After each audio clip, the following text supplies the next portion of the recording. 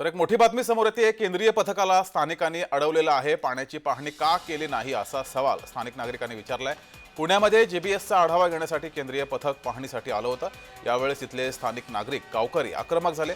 पथकासमोर गावकऱ्यांनी त्यांच्या व्यथा सुद्धा मांडल्या।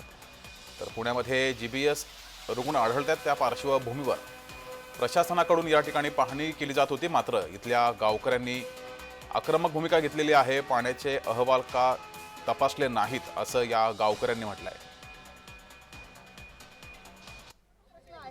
जी समिती नेमलेली आहे त्या समितीचं काम काय असणार आहे? तुम्ही ससून रुग्णालयामध्ये काल पाणी केली, आज लायब्ररी हॉस्पिटलमध्ये पाणी केली। 4 महिन्यापूर्वी काम काय करणार? म्हणजे कोणता अहवाल जो आहे तो केंद्र सरकारला पाठवला जाईल किंवा कसा समन्वय साधला जाईल राज्याच्या आरोग्याशी?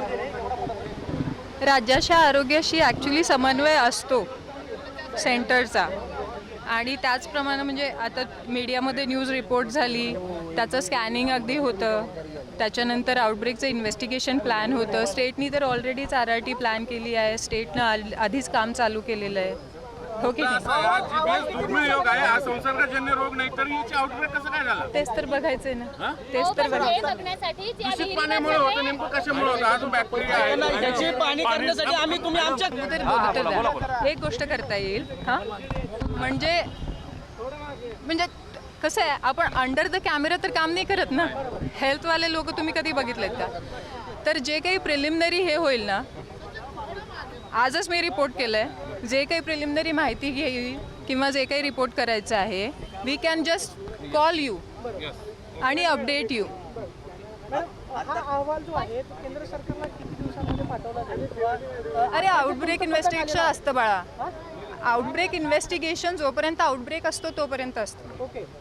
हो की नाही? नमुने कोणकोणते गोळा करणार? पाण्याचे we will let you know, त्याच्यावरती अजून डिस्कशन चालू आहे।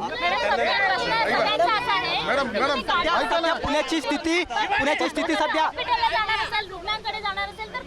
ते सगळं आहे ना इन्व्हेस्टिगेशनच्या प्लॅनमध्ये।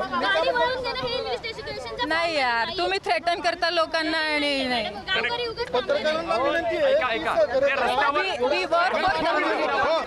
तर आता या सगळ्या अधिकाऱ्यांकडून जी आहे ती पाहणी केली जाणार आहे, आणि ही पाहणी करण्यासाठी हे सगळे अधिकारी